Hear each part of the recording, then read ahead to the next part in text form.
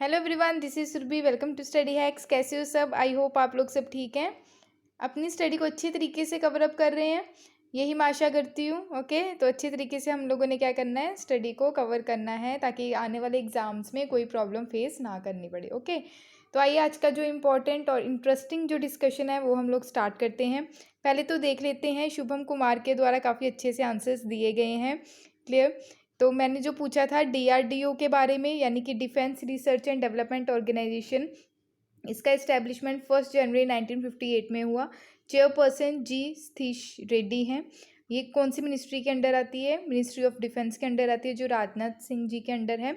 Ministry of road transport आएगा यहाँ पे, ठीक है। एंड हाईवे वो किसके अंडर है? नितिन गडकरी जी के अंडर है, ठीक है। एक बार देख लीजिएगा कि जो अभी रीशफल किया है कि नितिन गडकरी जी के अंडर ही है या नहीं, एक बार कंफर्म कर लीजिए। ओके, पोस्को के अगर फुल फॉर्म देखें तो protection of children from sexual offences act 2019, यानी कि पोस्को की मैंने फुल फॉर्म पूछी थी, ठीक है। अगर बात करें 1985 में Rajiv Gandhi human resource development जो मिनिस्ट्री है, ये 1985 में क्रिएट की गई थी। इसको चेंज किया गया जब हमारी कंट्री में नेशनल एजुकेशन पॉलिसी आई। नेशनल एजुकेशन पॉलिसी जो है 2020 की, उसमें ह्यूमन रिसोर्सेज एंड डेवलपमेंट को as a ministry of education बनाया गया। नेशनल एजुकेशन पॉलिसी जो है वो फर्स्ट कब आई हमारे इंडिया में? वो आई 1968 में आई, ठीक है, याद रखिएगा इसको। जो सेकंड नेशनल एजुकेशन पॉलिसी आई वो आई 1986 में, और अभी ये जो आपको देखने को मिली वो थर्ड थी, ठीक है, 2020 की। इसी दौरान जो ह्यूमन रिसोर्सेज डेवलपमेंट मिनिस्ट्री उसको चेंज किया गया as a ministry of education, जो किसके अंडर है? धर्मेंद्र प्रधान के अंडर है, ठीक है। इससे पहले धर्मेंद्र प्रधान के पास कौन सी मिनिस्ट्री थी? पेट्रोलियम मिनिस्ट्री थी, ठीक है। तो राज्यसभा के जो एक्स ऑफिशियो यानी कि चेयरमैन जो है एम वेंकैया नायडू जो हैं वो राज्यसभा के एक्स ऑफिशियो चेयरमैन हैं, ठीक है। तो काफ़ी डिटेल में आंसर दिए गए हैं शुभम कुमार के द्वारा, वेरी गुड। ओके, तो ऐसे ही आप लोगों ने पढ़ना है और ऐसे ही क्वेश्चंस के आंसर देने हैं जो मैं पूछूंगी, ठीक है। ऐसे आप लोगों की क्या होगी? रिवीजन होगी। आइए आज का जो डिस्कशन है वो हम लोग स्टार्ट करते हैं।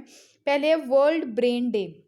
वर्ल्ड ब्रेन डे जो है वो सेलिब्रेट किया जाता है हर साल 22 जुलाई को, ठीक है, यानी कि कल के दिन इसको सेलिब्रेट किया गया। थीम इसकी याद रखिएगा, स्टॉप मल्टीपल सेक्रोलोसिस, ठीक है, इसकी जो थीम है। सेलिब्रेट किसके द्वारा किया जाता है? वो है वर्ल्ड फेडरेशन ऑफ न्यूरोलॉजी, ठीक है, उसके द्वारा किया जाता है, ठीक है।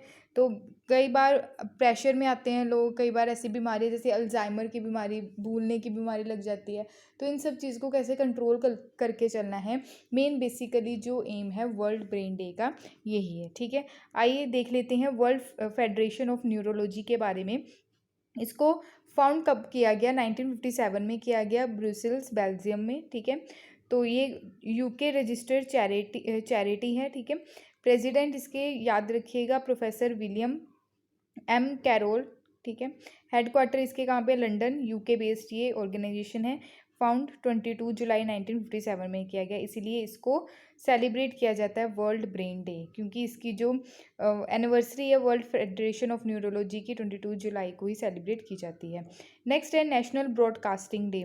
ब्रॉडकास्टिंग जैसे जैसे आप एफएम सुनते हैं, ठीक है, रेडियो, ठीक है, ऑल इंडिया रेडियो जो सुनते हैं आप, न्यूज़ वगैरह, तो 23 जुलाई को हर साल इसको सेलिब्रेट किया जाता है।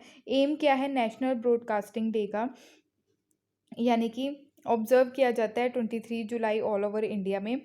तो एम क्या है कि फर्स्ट जो रेडियो ब्रॉडकास्ट है कंट्री में, ठीक है, तो फ्रॉम बॉम्बे स्टेशन, यानी कि बॉम्बे स्टेशन जो था वहाँ से ही ब्रॉडकास्टिंग जो था रेडियो का वो स्टार्ट किया गया था 1927 में। क्लियर? अंडर किसके? इंडियन ब्रॉडकास्टिंग कंपनी के अंडर इसको क्या किया गया? स्टार्ट किया गया, ठीक है। तो आई होप आपको इतनी चीज़ क्लियर होएगी, याद रखिएगा इसको। नेक्स्ट है इंपॉर्टेंट है, इंटरनेशनल रिलेशन से ही रिलेटेड है ये कौन है? ठीक है, बताइएगा मेरे को ये कौन सी पर्सनैलिटी है। ओके, तो आइए चलते हैं। India UK financial market dialogue virtually held हुआ इंडिया और यूके के बीच में। इनोग्रेशन हुआ इसका मीटिंग का वर्चुअली ही, ठीक है, वीडियो कॉन्फ्रेंसिंग के तहत। इस्टेब्लिश किया गया 10th economic and financial dialogue in October 2020 में भी इसका एक इकोनॉमिक एंड फाइनेंशियल डायलॉग देखने को मिला था जो 10th नंबर का था। उसी को ही आगे लेके जाने की इसमें बात की गई है। एम क्या है कि बायलैटरल जो टाइज़ हैं, बायलैटरल जो रिलेशन है फाइनेंशियल सेक्टर में वो बरकरार रहे, ठीक है। तो डिस्कशन की गई ड्यूरिंग डायलॉग के दौरान इसमें फोकस किया गया 4 थीम्स के ऊपर इस समिट में। गिफ्ट यानी कि Gujarat international finance technological city, ठीक है, गिफ्ट सिटी जिसको बोला जाता है, India's flagship international financial city, ये गुजरात में है गिफ्ट सिटी से रिलेटेड मैंने काफ़ी सारी चीज़ें भी डिस्कस की थी, ठीक है। तो क्यों न्यूज़ में था एक बार बताइएगा मेरे को, ठीक है। क्या यहाँ पे इनोग्रेट किया गया था, वो भी इंडिया का फर्स्ट, ठीक है। तो देखते हैं आपको याद भी है या नहीं। गिफ्ट सिटी मैंने ऑलरेडी करवाया था, ठीक है। और फोकस दिया गया इस पे बैंकिंग एंड पेमेंट सिस्टम पे, इंश्योरेंस सिस्टम पे और कैपिटल मार्केट पे। ये 4 जो चीज़ें हैं यहाँ पे फोकस देने की बात की गई इस समिट के दौरान। अगर बात करें यूके जो है, यहाँ पे आप देख सकते हैं यूके में जो आती हैं कंट्रीज़ वो हैं स्कॉटलैंड, इंग्लैंड, ओके, वेल्स में आपको वो आप देखने को मिला था वर्ल्ड कप, ठीक है। वेल्स में वर्ल्ड कप जो हुआ था क्रिकेट वर्ल्ड कप, वो कौन से ईयर में हुआ था ये बताइएगा मेरे को, ठीक है। तो नॉर्दर्न आयरलैंड और वर्ल्ड कप में वो जो टीम जीती थी वो कौन जीती थी ये भी बताइएगा, ठीक है। तो नॉर्दर्न आयरलैंड और आयरलैंड, ठीक है। तो ये पूरा जो पार्ट है ये किसका पार्ट है, ग्रेट ब्रिटेन का पार्ट है, ठीक है। तो अभी ब्रेग्जिट देखने को मिला, वहाँ से जो आयरलैंड जो है वो भी क्या हुआ, यूरोपियन यूनियन से बाहर निकल गया, तो काफ़ी ज़्यादा दिक्कत देखने को मिल रही है, ठीक है। तो काफ़ी ज़्यादा इशू है इससे रिलेटेड। नॉर्थ सी आपको यहाँ पे देखने को मिलेगा, अटलांटिक सी, ठीक है। सेल्टिक सी, यहाँ पे आयरिश सी, यहाँ पे इंग्लिश चैनल है। इंग्लिश चैनल जो है ये फ्रांस और इंग्लैंड के बिटवीन आपको देखने को मिलता है इंग्लिश चैनल, ठीक है। तो एक बार पूछा भी गया था ये पेपर में, तो मैंने ये क्वेश्चन देखा था, ठीक है। तो काफ़ी ज़्यादा इंपॉर्टेंट है, याद रखिएगा इसको। इंग्लिश चैनल जो है वो कौन कौन से कंट्रीज़ के बिटवीन है, ठीक है। आई होप आपको इतनी चीज़ क्लियर हुई होगी। अगर इंडिया के संदर्भ में देखना है तो इंडिया हमारी कंट्री यहाँ पे है और ये है England, okay, UK. I hope आपको इतनी चीज़ क्लियर हुई होगी। नेक्स्ट है, काफ़ी ज़्यादा इंपॉर्टेंट है, India covid emergency response and health system preparedness package phase second इसका देखने को मिला। इसमें क्या बोला गया है, यूनियन कैबिनेट के द्वारा इसको अप्रूव किया गया है, एक न्यू स्कीम है, ठीक है, जिसका नाम है India covid emergency response and health system preparedness package, ये फेज सेकंड इसका देखने को मिला। इसमें जो अमाउंट रखा गया है वो ₹23,123 करोड़ फाइनेंशियल ईयर जो है यानी कि 2021 और 22 के लिए। फेज सेकंड जो है ये पैकेज जो रहेगा central sector and centrally sponsored scheme component रहेगा, यानी कि सेंटर और स्टेट दोनों मिलकर यहाँ पे काम करेंगे। National centre for disease control भी यहाँ पे सेटअप किया जाएगा। स्ट्रेंथ यानी कि जोर दिया जाएगा जो जीनोम सीक्वेंसिंग मशीन्स हैं। इसी के साथ साथ साइंटिफिक कंट्रोल रूम यहाँ पे सेटअप किए जाएंगे इसके अंडर, स्कीम के under. Epidemic intelligence services, Indian SARS-CoV-2 consortium on genomics secretariat sport, ठीक है। SARS-CoV-2 ये जो है वायरस का नाम है, ठीक है, किसका, कोविड-19 का, ओके। अगर बात करें तो सार्स की अगर मैं फुल फॉर्म बताऊं तो ये इसका नाम है severe acute respiratory syndrome Covid corona virus 2, ठीक है। तो ये वायरस का नाम है, याद रखिएगा इसको, ठीक है। तो कोविड जो है वो बीमारी का नाम बता रखा है, ठीक है, कोविड, ओके। तो आई होप आपको इतनी चीज़ क्लियर हुई होगी। नेक्स्ट है ड्रैगन फ्रूट काफ़ी न्यूज़ में है, देखते हैं क्यों न्यूज़ में है, ठीक है। तो ये ड्रैगन फ्रूट आप देख सकते हैं, ये किस तरह का दिखता है, ये कीवी की तरह का दिखता है, ठीक है। तो कीवी जो है ऊपर से जो ब्राउन कलर की होती है तो अंदर से ग्रीन कलर की होती है, बीज ऐसे ही देखने को मिलते हैं आपको, ठीक है।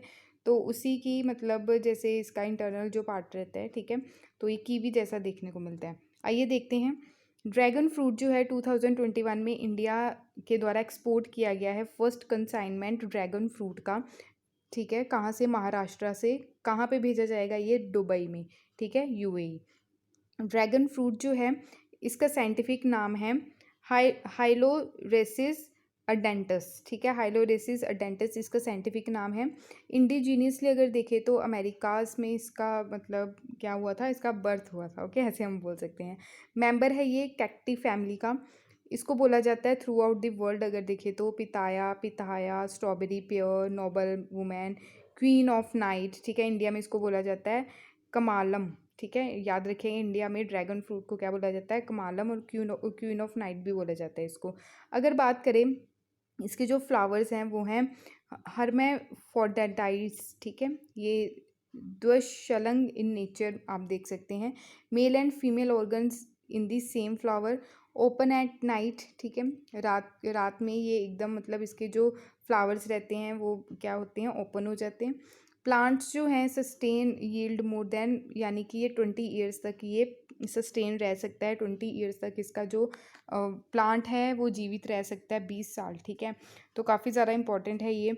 हाईली न्यूट्रिश्यूटिकल प्रॉपर्टीज़ इसमें देखने को मिलती है। मेडिकल इफ़ेक्ट है, यानी कि ये एक हेल्थ के लिए काफ़ी ज़्यादा इंपॉर्टेंट है ये फ्रूट जो है। रिच सोर्स है, इसमें विटामिन्स पाए जाते हैं, मिनरल्स पाए जाते हैं। तो विटामिन एंड मिनरल्स हमारी बॉडी के लिए also very beneficial, okay.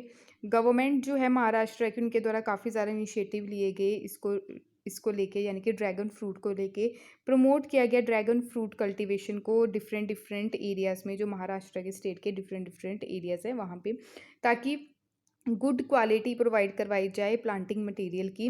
Subsidise cultivation through, यानी कि कल्टीवेशन जो है through mission on integrated development of pottery culture के थ्रू इसको सब्सिडाइज किया जाएगा। सेंट्रली स्पॉन्सर स्कीम है। सेंट्रली स्पॉन्सर स्कीम का मतलब क्या रहता है, सेंटर और स्टेट दोनों मिलकर यहाँ पे काम करते हैं। सेंट्रली सेक्टर ओनली स्टेट ही, जितना भी पैसा रहेगा स्टेट ही प्रोवाइड सेंटर ही प्रोवाइड करवाएगा, ठीक है। तो सेंट्रली सेक्टर स्कीम में, ओके। तो ये क्या है, सेंट्रली स्पॉन्सर स्कीम है। होलिस्टिक ग्रोथ देखने को मिलेगी हॉर्टिकल्चर सेक्टर में। Ministry of agriculture and ministry of agriculture and farmer welfares जो हैं, ठीक है, इनके द्वारा इस इफेक्ट में लाया गया स्कीम को 2014 में, ओके। तो काफ़ी ज़्यादा इंपॉर्टेंट है। बताइएगा मेरे को ministry of agriculture and farmer welfare किसके अंडर है, ओके। तो जितनी बार ये चीज़ें मैं पूछूंगी उतनी बार आपकी रिवीजन भी होगी, ओके। तो ये सारी चीज़ें भूलेंगी नहीं फिर। नेक्स्ट है, काफ़ी ज़्यादा इंपॉर्टेंट है, ये किसकी बात हो रही है, ये भी इंग्लैंड की ही बात हो रही है, यूके की ही बात हो रही है। City of Liverpool. City of Liverpool यहाँ पे आप देख सकते हैं। जो सिटी ऑफ लिवरपूल है इसको क्या किया गया है, अभी यूनेस्को जो लिस्ट थी वर्ल्ड हेरिटेज साइट की उससे इसको निकाल दिया गया है, ठीक है। रिसेंटली ही सिटी ऑफ जो लिवरपूल है इंग्लैंड की, उसको रिमूव कर दिया गया है यूनेस्कोस, यानी कि United Nation educational scientific and cultural organisation की जो लिस्ट थी वहाँ से इसको निकाल दिया गया है। अर्लियर अगर देखें तो पहले हमारी जो कंट्री के 6 इंडियन प्लेसेस थी उसको यूनेस्को लिस्ट में शामिल किया गया। बताइएगा मेरे को कौन सी ऐसी 6 इंडियन प्लेसेस है जिसको यूनेस्को लिस्ट में अभी हाल ही में ही शामिल किया गया, बताइएगा मेरे को, ठीक है। तो लिवरपूल की अगर बात करें तो पोर्ट सिटी जो है, ये क्या है, पोर्ट सिटी है। यहाँ पे आप देखिए ये इंग्लैंड है, ठीक है। यहाँ पे आपको लिवरपूल देखने को मिलेगा, और यहाँ पे क्या है, स्कॉटलैंड, ओके। तो आइए आगे पढ़ते हैं इसके बारे में क्या डिस्कशन हो रही है इसमें। पोर्ट सिटी जो है इसमें इंक्लूडेड है prestigious list of architectural beauty, यहाँ पे देखने को मिलती है। ये वर्ल्ड की one of the most important port मानी जाती थी ड्यूरिंग 18th और 19th सेंचुरी में। इसको वर्ल्ड हेरिटेज साइट में कब लाया गया, लिस्ट में 2004 में लाया गया। रीज़न क्या है इसको कि यूनेस्को के द्वारा लिस्टिंग कर दिया गया, रीज़न ये रहा क्योंकि जो यहाँ पे फुटबॉल स्टेडियम के लिए न्यू बिल्डिंग बनाई जा रही है, तो अट्रैक्टिवनेस विक्टोरियन डॉक्स देखने को मिल रहा है, उससे क्या हो रहा है कि जो हेरिटेज वैल्यू है वो डिस्ट्रॉय हो रही है। तो इसी के चलते ही यूनेस्को के द्वारा इस लिस्ट से इसको निकाल दिया गया। ओवर डेवलपमेंट देखने को मिल रहा था, ये जो हेरिटेज जो सिटी है, हिस्टोरिक पोर्ट है, इसको डैमेज करने की कोशिश की जा रही है, ओके। तो ऐसा देखने को मिल रहा है। अदर डीलिस्टेड साइट भी हैं, ज़रूरी नहीं, यही नहीं है कि सिर्फ लिवरपूल को ही डिसलिस्ट किया गया है, और भी अदर साइट्स हैं जिसको डीलिस्टेड किया गया है। वो कौन कौन सी है, जैसे वाइल्ड लाइफ सेंचुरी ओमान की, ठीक है, 2007 में इसको डीलिस्टेड किया गया। रीज़न था पोचिंग एंड हैबिटेट लॉस, यहाँ पे देखने को मिला। ड्रोस्टन एल्बे वैली कहाँ पे, जर्मनी में, 2009 में इसको डीलिस्ट किया गया। रीज़न था 4 लेन मोटरवे ब्रिज बनाया गया यहाँ पे, ठीक है, कहाँ पे, रिवर के ऊपर, ओके, इसलिए इसको क्या किया गया, डीलिस्टेड किया गया। तो ये थर्ड है सिटी ऑफ लिवरपूल जिसको डीलिस्ट किया गया, ठीक है, ऑल ओवर वर्ल्ड में। आई होप आपको इतनी चीज़ क्लियर हुई होगी। अगर साइट्स देखें इंडिया में टोटल वर्ल्ड हेरिटेज साइट्स कितनी है, याद रखिएगा 38 हैं, ठीक है। इंक्लूडिंग इसमें 30 जो हैं कल्चरल प्रॉपर्टीज़ हैं, 7 नेचुरल प्रॉपर्टीज़ हैं, 1 जो मिक्स साइट है। लेटेस्ट जो इसको इंक्लूड किया गया यानी कि लेटेस्ट जो है वर्ल्ड हेरिटेज साइट में इंक्लूड किया गया वो है जयपुर सिटी, यानी जिसको पिंक सिटी बोला जाता है, ठीक है। मेरे को बताइएगा राजस्थान यानी कि जयपुर, जयपुर के फाउंडर कौन है जयपुर सिटी के, बताइएगा मेरे को। हिस्ट्री का पार्ट है ये, तो आपकी हिस्ट्री भी इसमें थोड़ी कवर हो जाएगी, ठीक है। जयपुर जो है, जयपुर सिटी किसके द्वारा इस्टेब्लिश की गई, ठीक है, या फिर बनाई गई, फाउंड की गई। आई होप आपको इतनी चीज़ क्लियर हुई होगी। नेक्स्ट है आदर्श स्मारक scheme, the ministry of culture, ठीक है। अब देखते हैं आदर्श स्मारक स्कीम जो है इसके बारे में क्या बात की जा रही है। मोनूमेंट्स जो है नागार्जुना कोंडा बुद्धिस्ट जो रिमेन्स मिले यहाँ पे एट सलीहुंडम एंड वीरभद्र टेम्पल जो है लिपाक्षी, यहाँ पे आइडेंटिफाई किया गया कि आदर्श स्मारक जो है आंध्र प्रदेश में यहाँ पे फैसिलिटीज़ प्रोवाइड करवाई जाए। याद रखिएगा ये मोनूमेंट्स नागार्जुना बुद्धिस्ट जो यहाँ पे रिमेन आंध्र प्रदेश की बात हो रही है। आदर्श स्मारक स्कीम जो है इसको लॉन्च किया गया था 2014 में, ताकि जो एमिनिटीज़ हैं, एमिनिटीज़ यानी कि विजिटर एमिनिटीज़ यानी कि जो टूरिस्ट आ रहे हैं विज़िट कर रहे हैं उनके लिए सुख सुविधाएं प्रोवाइड करवाई जाएं, ऐसा इस स्कीम में बोला जा रहा है, ठीक है। ताकि ये सारी चीज़ों को इम्प्रूव किया जा सके, स्पेशली जो फिज़िकली चैलेंज रहते हैं। कई बार बहुत सारी ऐसी चीज़ें देखने को मिलती हैं जैसे इंफ्रास्ट्रक्चर अच्छा नहीं है या फिर सड़कें वगैरह ख़राब हैं, तो ये सारी चीज़ें जो ईज़िली हो सके, जैसे पेमेंट सिस्टम जो है वो इजीली अवेलेबल हो सके वहाँ पे, खाने पीने की जो व्यवस्था है वो इजी हो सके ताकि जो विजिटर्स आ रहे हैं वहाँ पे कोई दिक्कत ना हो सके, ठीक है। तो ये सारी ट्रांसपोर्टेशन सिस्टम, ठीक है, तो इसको इम्प्रूव करना, तो ये सारी चीज़ें रहेंगी। इम्प्लीमेंट जो किया गया इसको मिनिस्ट्री ऑफ कल्चर के द्वारा किया गया।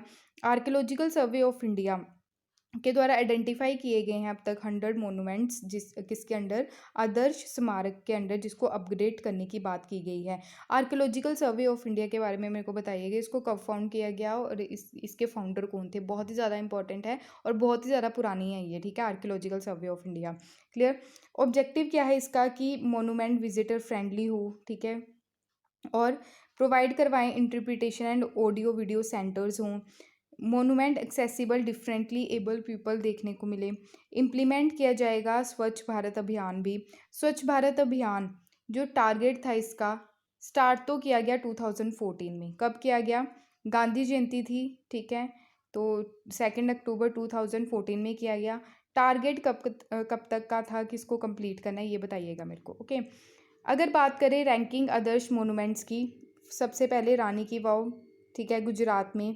Taj Mahal Agra Uttar Pradesh, Sarnath Uttar Pradesh, Fatehpur Sikri Agra, Humayun tomb new Delhi, shore temple Mahabalipuram Tamil Nadu, Vaishali Kolhua Bihar, Khajuraho temple Madhya Pradesh, group of temples Pattadakal Karnataka, Masroor rock cut temples Himachal Pradesh, archaeological site Hampi Karnataka, Konark temple Odisha, Kumbhalgarh temple Rajasthan, Martand temple J&K, Qutub complex new Delhi, red fort new Delhi, Daulatabad fort Maharashtra, Leh palace J&K, Saraswati Uttar Pradesh, Brihadeeswara temple Thanjavur Tamil Nadu, monument at Mandu Madhya Pradesh, Rang Ghar Sibsagar Assam, Hazarduari palace west Bengal, Elephanta caves Maharashtra, Jageshwar group of temple Uttarakhand, ठीक है।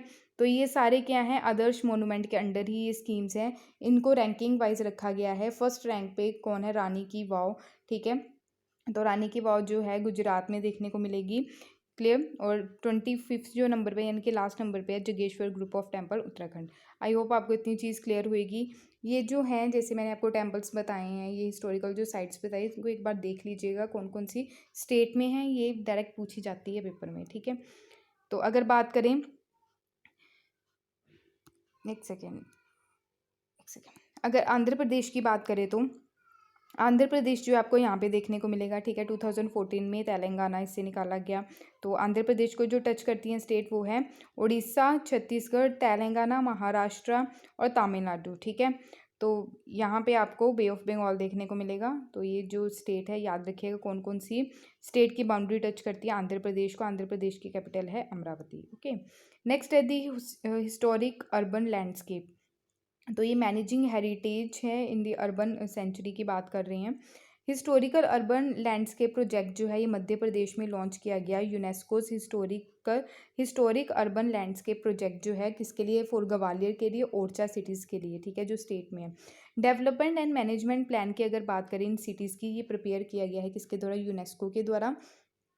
इसमें जो aspects include किए गए हैं history से related, ठीक है, कल्चर को कैसे प्रिजर्व करना है, फूड लाइफस्टाइल वहाँ का, इकोनॉमिक डेवलपमेंट को कैसे आगे लेके चलना है, कम्युनिटी का डेवलपमेंट कैसे करना है, ये सारी चीज़ें क्या इसमें इंक्लूड की गई हैं। ऐसा डेवलपमेंट और मैनेजमेंट प्लान लाया गया है, ठीक है, हिस्टोरिक अर्बन लैंडस्केप प्रोजेक्ट के अंडर। ओके, ये जो प्लेसेस है ज्वाइंटली जो डेवलप किया गया है यूनेस्को के द्वारा, गवर्नमेंट ऑफ इंडिया और मध्य प्रदेश के द्वारा फोकस किया गया मेनली हिस्टोरिकल और कल्चरल इम्प्रूवमेंट कैसे करना है, बेसिकली इसी चीज़ पे फोकस किया गया है।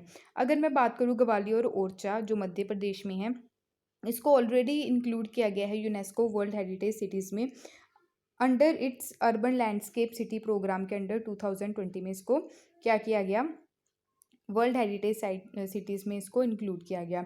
अगर मैं ग्वालियर की बात करूँ तो ग्वालियर जो है इसको इस्टेब्लिश कब किया गया, 9th सेंचुरी को किया गया। जो रूल करते थे यहाँ पे कौन, रूल्ड बाय गुज्जर प्रतिहार राजवंश, तोमर, बघेल, खचवाओ एंड, ठीक है। तो ये नाम आपने याद रखने, मेन गुज्जर प्रतिहार का नाम याद रखना है।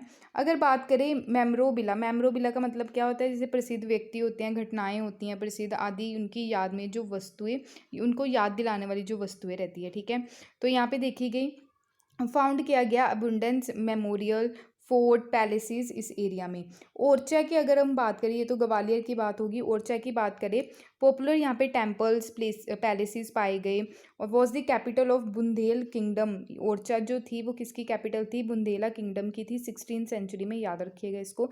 हिस्ट्री का पार्ट भी यहाँ से कवर हो जाता है, तो यहाँ से क्वेश्चंस निकल के आते हैं। ओके, फेमस फोर्ट जो है यहाँ पे वो है town are Rajmahal, Jahangir Mahal, Ram Raja temple, राय प्रवीण महल, लक्ष्मी नारायण मंदिर यहाँ पे फेमस हैं, ठीक है।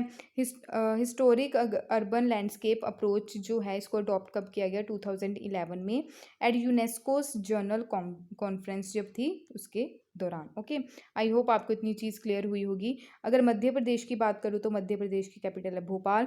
इसको जो स्टेट्स टच करती हैं, स्टेट की बाउंड्री, वो है उत्तर प्रदेश, राजस्थान, गुजरात, महाराष्ट्र, तेलंगाना, छत्तीसगढ़।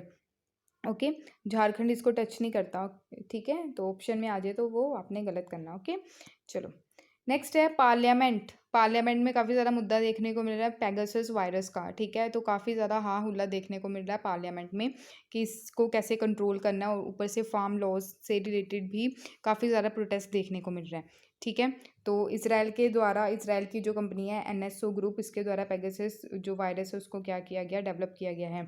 और पेगासस की लिस्ट में CBI के जो डायरेक्टर हैं उनका नंबर भी, यानी कि वो भी इसमें इंक्लूड देखने को मिला।